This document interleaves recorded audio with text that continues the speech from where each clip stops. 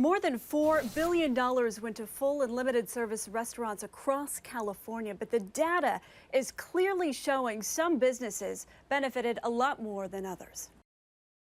At Yountville's three-star Michelin restaurant, the French Laundry, you can reserve an exclusive outdoor culinary dining experience starting at $450 per person, or a white truffle and caviar dinner for $1,200 per person.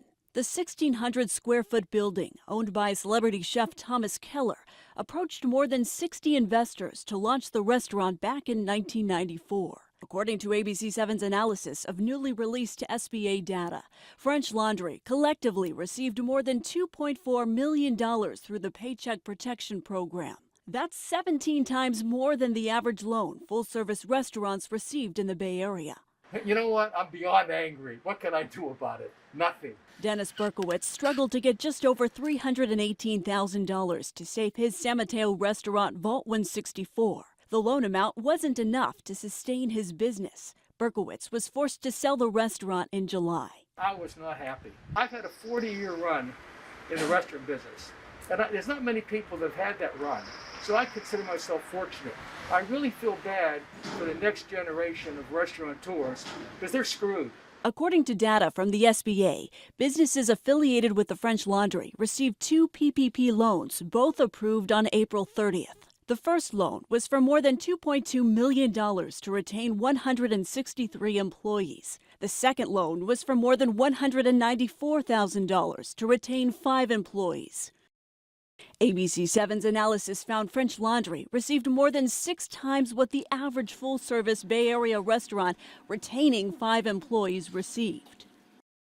We reached out to French Laundry for comment and to confirm how many employees the company was able to keep on payroll for each loan. We have yet to hear back. French Laundry is one of at least 7 Bay Area restaurants with 2 or 3 Michelin stars that also received PPP loans. The list includes Cezanne, Acurello, Benu, Quince, Atelier Cren, and Californios Restaurant Group. Val Cantun of Californios received around a $214,000 loan to retain 10 to 14 people, mainly management. Of course, still trying to figure out how to spend it correctly, which has and continue to be cloudy. Cantu says that's in part due to the SBA's rules changing so frequently. He found it hard to keep up. So whether the PPP will be forgivable or not will be, the final thing we'll see. I'm not sure if it will be or not. We have an accountant, and so he obviously helped us through the application. It was definitely, I think, a scary process. Teresa Passion, owner of the Mission's La Palma, agrees. But like some other family-owned small businesses, she didn't have access to financial help. And it was very intimidating, the application process. Anything you fill out wrong and you sign on the dotted line, you're liable for. Lori Aronson is a financial consultant serving hundreds of restaurants across the Bay Area. She specializes on helping her clients qualify for PPP funding. Clearly, those who had established banking relationships with banks that chose to participate, at least in the early stages, those that had access to financial advisors, accountants, attorneys, to make sense of the application, receive the loans. From your perspective, what needs to change to make access to funding more equitable? I think the fintech companies are going to be key.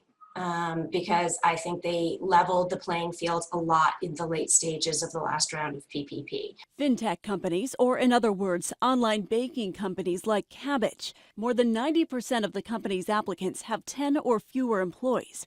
Kabbage prioritized community banks serving small businesses in non-urban areas. For example, their average loan size was around $28,000, nearly 4 times less than the national average loan size at $107,000. In the late stages of the second round of PPP, many banks just shut their doors, and fintech companies stepped in and provided a lot of those loans.